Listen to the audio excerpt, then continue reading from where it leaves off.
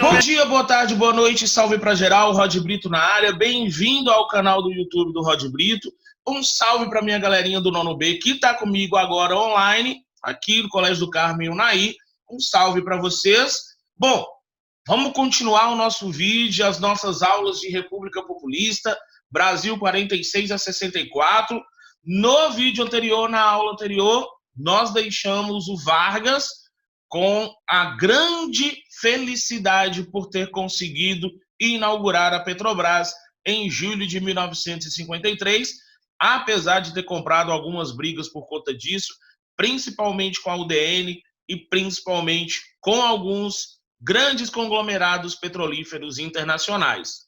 Vimos isso na nossa última aula, no vídeo anterior. Se você está chegando nesse vídeo e não viu a aula anterior, para aqui, volta, dá uma conferida, porque agora a gente vai avançar em República Populista. E aí, vou falar menos, vou agir mais e vamos trazer a nossa apresentação para a gente continuar analisando esse período varguista entre 51 e 54.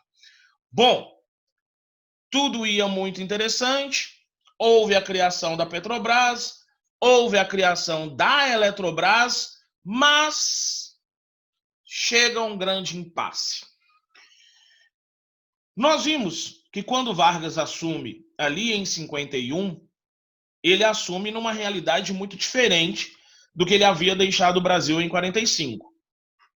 Alto índice inflacionário, um processo agudo de recessão, achatamento salarial e uma série de insatisfações, tanto pela classe trabalhista quanto também pela classe empresarial.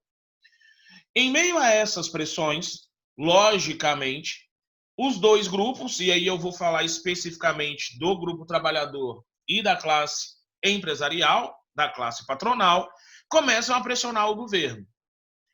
Os trabalhadores por melhorias imediatas, como principalmente o reajuste salarial, e a classe empresarial pressionando o governo para que o governo conseguisse, de alguma maneira, controlar esses vários movimentos grevistas e de manifestações operárias que estavam ocorrendo no Brasil.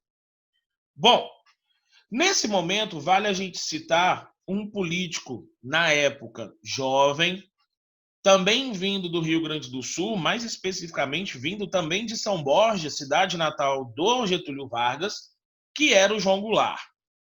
Um político carismático, jovem, e que era muito antenado com o varguismo. Inclusive, chegou a ser, neste momento, o ministro do Trabalho do próprio governo Getúlio Vargas.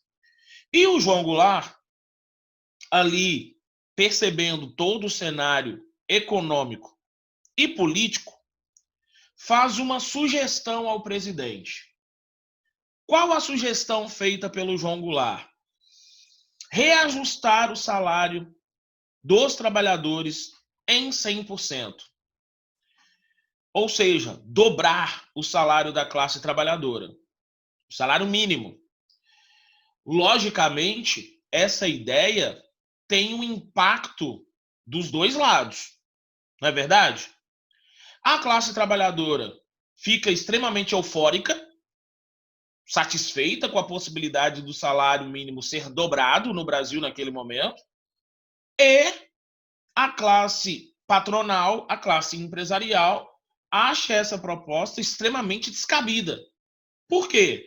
Porque ao dobrar o salário, ao reajustar o salário em 100%, logicamente, quem teria que arcar com esse aumento salarial era justamente a classe patronal. Então, logicamente, a medida ela foi recebida de maneiras diferentes, mas a ideia causou um grande impacto. Tanto causou um grande impacto que a oposição do governo varguista, principalmente liderados ali pela UDN, por setores conservadores das Forças Armadas, se posicionaram. Se posicionaram contra a proposta do João Goulart, inclusive exigindo do presidente Getúlio Vargas uma atitude contrária à proposta do ministro João Goulart, do Jango, como era chamado João Goulart, era o apelido dele. As pressões foram muito grandes, as pressões foram muito fortes, Até que ali, no dia 22 de fevereiro de 1954, João Goulart, entendendo a situação, entendendo que a situação ficou ruim, inclusive para o próprio Vargas, João Goulart apresenta o seu pedido de demissão. Deixa o Ministério do Trabalho. Bom, a ideia parecia superada, só que no dia 1º de maio de 1954, Getúlio Vargas anuncia no seu discurso, em meio ao feriado do Dia do Trabalhador, anuncia o reajuste salarial aos moldes que havia sido proposto pelo João Goulart, causando como uma bomba um grande impacto na sociedade brasileira. Acreditava-se que a ideia havia sido superada.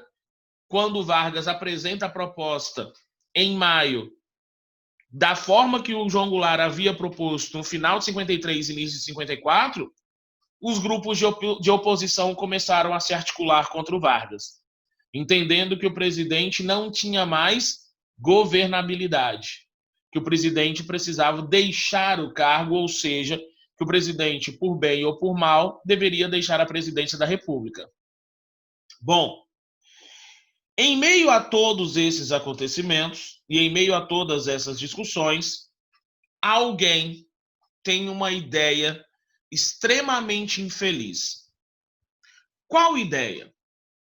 Bom, para a gente comentar sobre a ideia, eu tenho que trazer para essa nossa análise um outro personagem importante desses momentos finais do governo varguista. Que personagem é esse? Gregório Fortunato, chefe da segurança particular de Getúlio Vargas.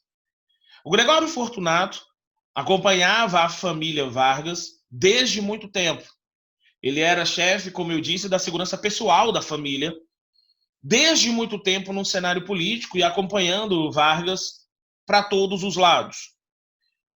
Um homem alto, forte, negro, e que comandava as ações da segurança da família. Onde a família Vargas estava, onde o Getúlio estava, o Gregório Fortunato, logicamente, também estava presente, garantindo a segurança do presidente.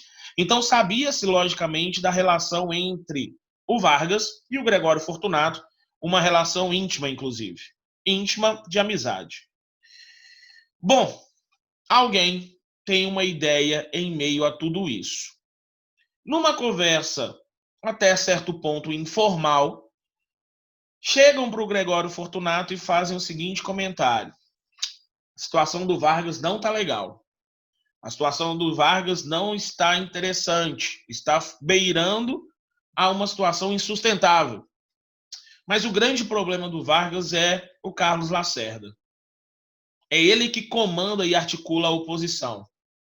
Se não existisse o Carlos Lacerda, a situação do Vargas seria solucionada. Bom, como para bom entendedor, um pingo é letra, o Gregório Fortunato entende o recado, chama 2 homens de confiança e dá a ordem: executem o Lacerda.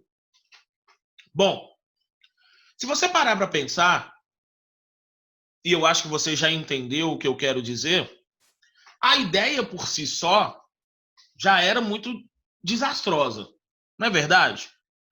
O Carlos Lacerda, um dos líderes e maiores articuladores da UDN, editor-chefe do Tribuna da Imprensa, um dos grandes jornais de circulação da capital Rio de Janeiro. Logicamente, qualquer atentado contra a vida do Carlos Lacerda iria recair na conta do Vargas, já que claramente e abertamente eles eram desafetos. Bom, se a ideia já era desastrosa, ou já era idiota, a execução foi ainda mais desastrosa. O que eu quero dizer com isso? O Carlos Lacerda, numa certa noite, chegando no seu apartamento, na rua Toneleiros, ali no centro do Rio de Janeiro, estava acompanhado do seu amigo e, por assim dizer, até guarda-costas, o Major Rubens Vaz, da Aeronáutica. Cuidava da sua segurança pessoal, mas era muito mais amigo do que segurança.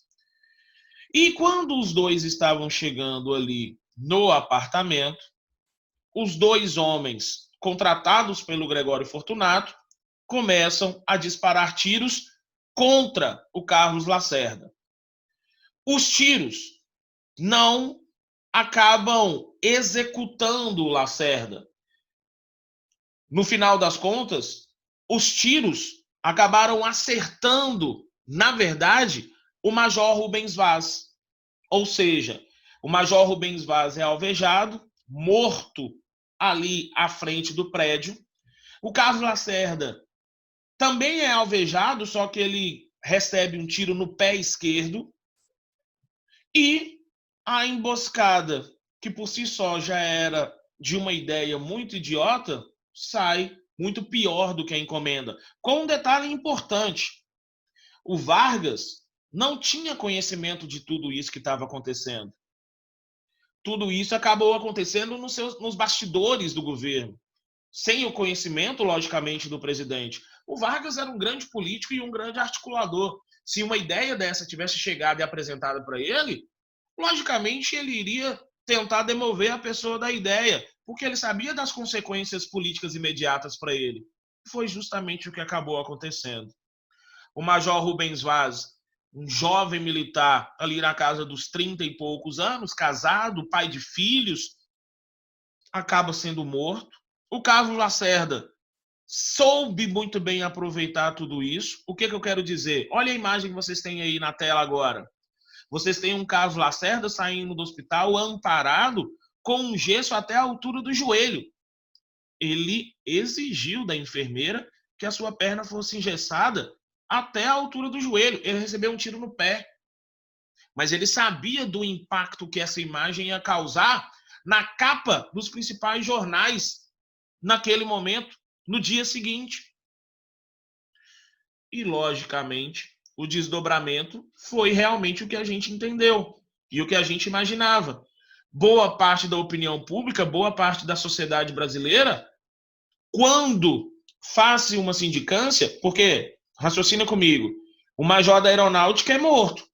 Então, os membros da aeronáutica vão instalar uma investigação, vão instalar uma sindicância, montam uma base ali no aeroporto do Galeão, no Rio de Janeiro, que fica conhecido, né, como a República do Galeão, fazendo toda uma investigação sobre a morte do Major Rubens Vaz. Chegam aos dois homens e, automaticamente, quando chegam aos dois homens, chegam ao mandante, chegam ao Gregório Fortunato. Como já se sabia de muito tempo da relação do Fortunato com a família Vargas, automaticamente associaram o atentado ao presidente.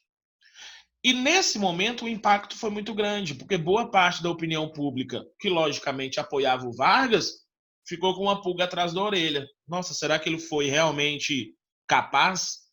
Será que ele realmente... ele mandou matar. Ele mandou matar o Carlos Lacerda. Era o grande desafeto, o grande inimigo político dele. E a partir desse momento, as pressões sobre o presidente Vargas, durante os dias e as noites e as madrugadas de agosto, porque as reuniões varavam madrugada adentro, as pressões começaram a aumentar. Tanto as pressões externas quanto as pressões internas. O que eu quero dizer com isso? Membros do próprio governo, como o vice-presidente Café Filho, começaram a pressionar o Vargas pela sua renúncia, né? Ele tinha um apoio ali, logicamente, dos seus mais próximos, da sua filha, né, Ivete Vargas, que acompanhava no dia a dia, no cotidiano do Palácio do Catete. Ele tinha algumas pessoas de confiança muito próximas, como, por exemplo, o Tancredo Neves, ministro da Justiça, né, o avô do Aécio, né, naquele contexto, ministro da Justiça do Vargas. E aí, reunião após reunião, as sugestões acabavam desembocando numa mesma. Presidente, renuncia. Renuncia porque aí o senhor mantém os seus direitos políticos e aí, de qualquer forma, o senhor pode voltar em outro momento.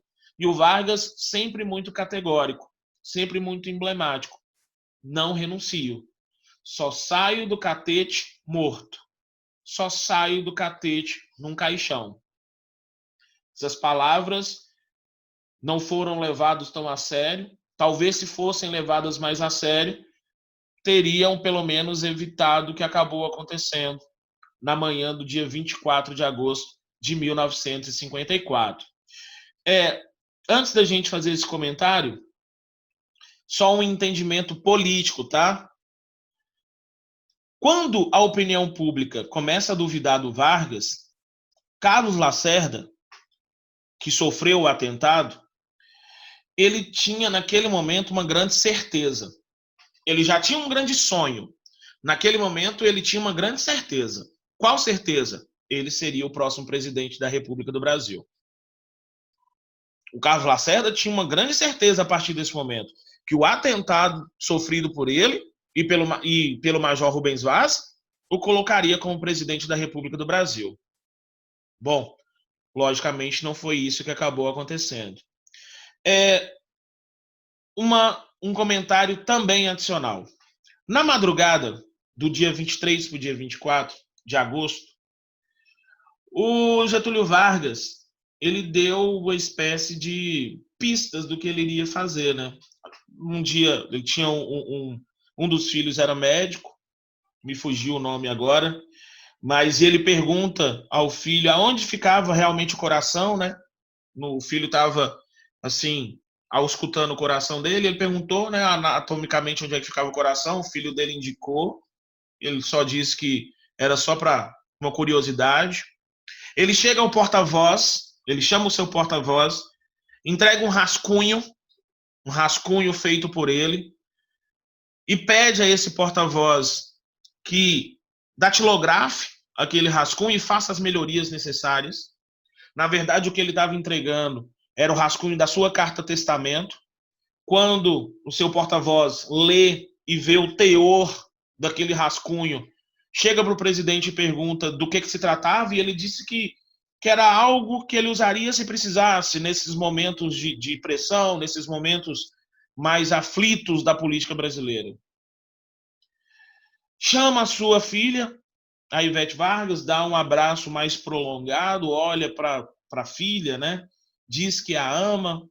Chama o Tancredo Neves, presenteia o Tancredo Neves com a sua caneta, uma caneta de ouro que acompanhava ele há muito tempo, e entrega a caneta ao Tancredo Neves como um símbolo de amizade, né, e de lembrança eterna. Então, assim, ele deu algumas pistas, no final das contas. Às 8 horas da manhã do dia 24 de agosto de 1954, Getúlio Vargas se levanta, abre o seu criado mudo, pega o seu revólver calibre 38 com cabo de madrepérola e dá um tiro no peito, e dá um tiro no coração. Aquele tiro que o Vargas acabou dando em si mesmo, entenda, teve um grande significado político. Aquele tiro que ele deu no próprio peito, no final das contas, foi um tiro em qualquer possibilidade do Carlos Lacerda ser presidente da República. Por quê? Porque quando a notícia do suicídio do Vargas corre o Brasil, automaticamente começam a se procurar culpados, começam a tentar entender o que levaram o presidente a fazer isso. E a figura do Carlos Lacerda, logicamente, é apontada como um dos grandes responsáveis pela tomada de atitude do presidente Getúlio Vargas. O suicídio do Vargas gerou uma grande comoção social, pessoas desmaiando, chorando copiosamente, acompanhando o caixão, né, do presidente. Aqui a foto à direita, a multidão acompanhando o caixão do presidente Vargas.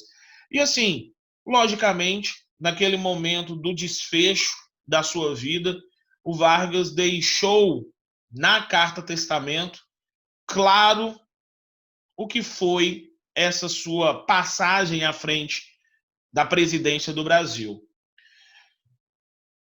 Como eu sei que nem todos leram, como eu sei que nem todos viram a carta-testamento, e como a gente tem um tempo ainda disponível, eu vou trazer a Carta Testamento para a gente ler em conjunto e analisar alguns pontos, tá?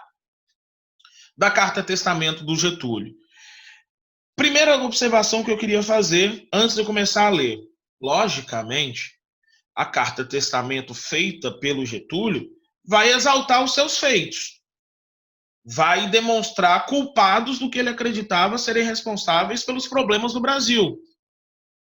Mas é o olhar do próprio Getúlio sobre o processo, né? Importante a gente fazer essa ressalva. Vamos lá para a gente fazer essa análise. Então, me acompanha. Mais uma vez, as forças e os interesses contra o povo coordenaram-se novamente e se desencadeiam sobre mim. Não me acusam, insultam, não me combatem, caluniam e não me dão direito de defesa. Precisam sufocar a minha voz e impedir a minha ação, para que eu não continue a defender como sempre defendi o povo, principalmente os humildes.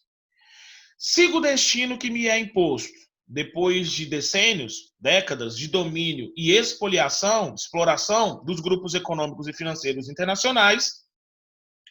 Fiz-me chefe de uma revolução e venci. Revolução de 30. Iniciei o trabalho de libertação e instaurei o regime de liberdade social. Tive de renunciar, em 45. Voltei ao governo nos braços do povo, em 51.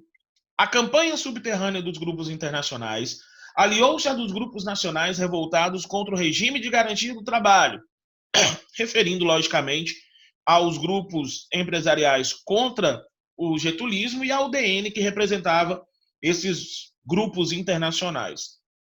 A lei de remessa de lucros extraordinários foi detida no Congresso, que nós comentamos no vídeo anterior. Contra a justiça da revisão do salário mínimo, se desencadearam os ódios. Quis criar liberdade nacional na potencialização de nossas riquezas através da Petrobras. E mal essa começa a funcionar, a onda de agitação se avoluma. A Eletrobras foi obstaculada até o desespero. Não querem que o trabalhador seja livre. Não querem que o povo seja independente. Assumir o governo dentro da espiral inflacionária que destruía os valores do trabalho. Os lucros das empresas estrangeiras alcançavam até 500% ao ano. Nas declarações de valores do que importávamos, existiam fraudes constatadas de mais de 100 milhões de dólares por ano. Veio a crise do café, valorizou-se o nosso principal produto. Tentamos defender seu preço e a resposta foi uma violenta pressão sobre a nossa economia, a ponto de sermos obrigados a ceder. Tenho lutado mês a mês, dia a dia, hora a hora, resistindo a uma pressão constante, incessante, tudo suportando em silêncio, tudo esquecendo, renunciando a mim mesmo para defender o povo, que agora se queda desamparado. Nada mais vos posso dar, a não ser o meu sangue. Se as aves de rapina querem o sangue de alguém, querem continuar sugando o povo brasileiro, eu ofereço em holocausto a minha vida. Escolho esse meio de estar sempre convosco. Quando vos humilharem, sentireis minha alma sofrendo ao vosso lado. Quando a fome bater à vossa porta, sentireis em vosso peito a energia para lutar por vós e por vossos filhos. Quando vos vilipendiarem, sentireis no pensamento a força para cada reação. Meu sacrifício vos manterá unidos, e meu nome será a vossa bandeira de luta. Cada gota do meu sangue será uma chama imortal na vossa consciência e manterá a vibração sagrada para a resistência. Ao ódio, respondo com o perdão. E aos que pensam que me derrotaram, respondo com a minha vitória. Era escravo do povo e hoje me liberto para a vida eterna. Mas esse povo de quem fui escravo não mais será escravo de ninguém. Meu sacrifício ficará para sempre em sua alma, e meu sangue será o preço do seu resgate. Lutei contra a expoliação do Brasil, lutei contra a expoliação do povo. Tenho lutado de peito aberto. O ódio, as infâmias, a calúnia não abateram meu ânimo. Eu vos dei a minha vida, agora eu vos ofereço a minha morte. Nada receio. Serenamente dou o primeiro passo no caminho da eternidade e saio da vida para entrar na história. Rio de Janeiro, 23 de agosto de 1954, Getúlio Vargas. Então, assim, a Carta Testamento apontou, na visão varguista, os culpados por ele estar cometendo aquele ato extremo.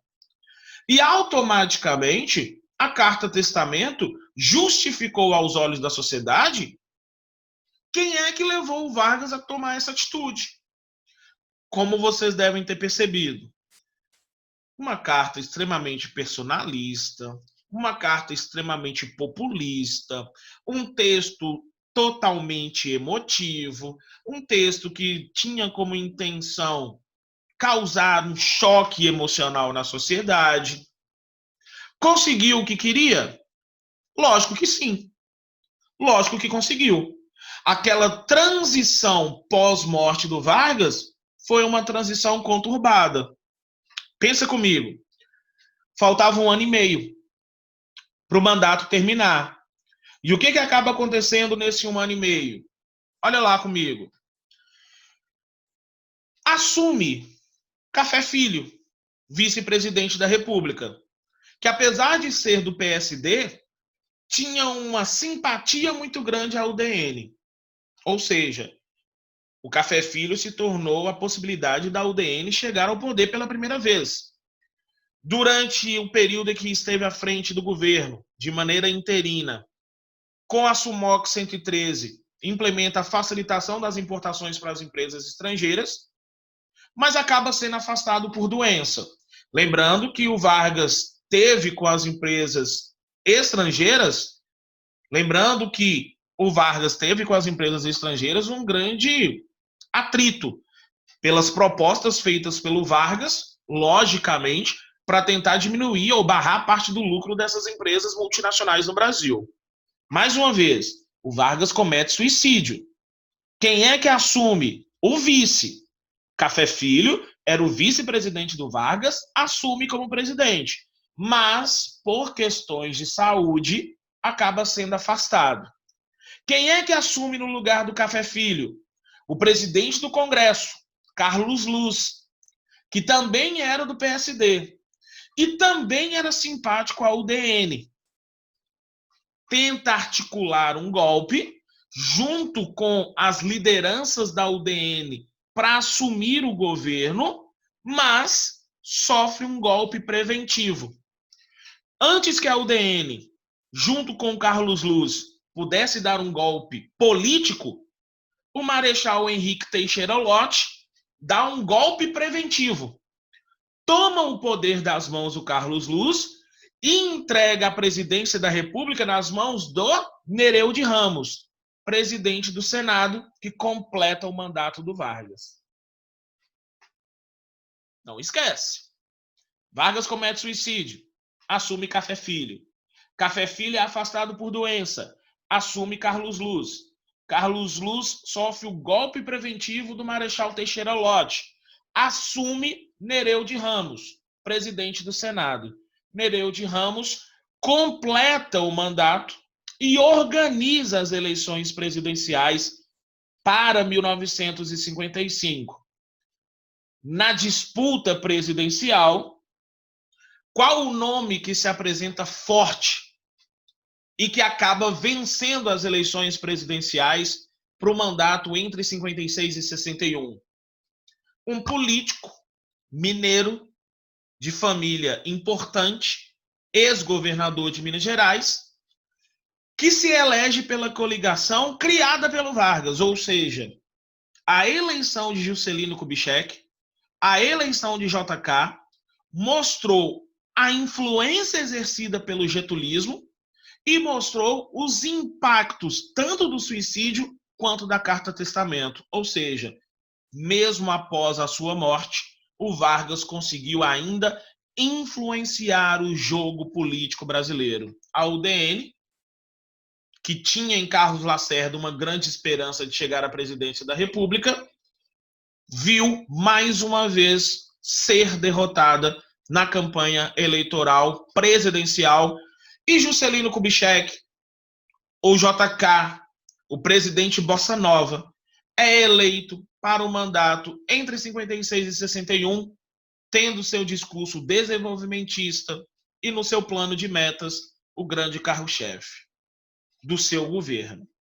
Um momento muito marcante da história política e principalmente da história econômica e social do Brasil. Mas governo JK, governo Jânio Quadros e governo João Goulart são assuntos para o nosso próximo vídeo, são assuntos para a nossa próxima aula. Agradecendo a galerinha do Nono B, que está comigo agora ao vivo online e que me fez algumas perguntas aqui, eu fui incorporando as perguntas na explicação. Muito obrigado pelas perguntas. E para você que chegou até aqui no canal do Rod Brito, sempre lembrando, se inscreve, deixa seu like, compartilha. Lembrando que história é com Rod Brito? Quer sem massagem, pai? Fui!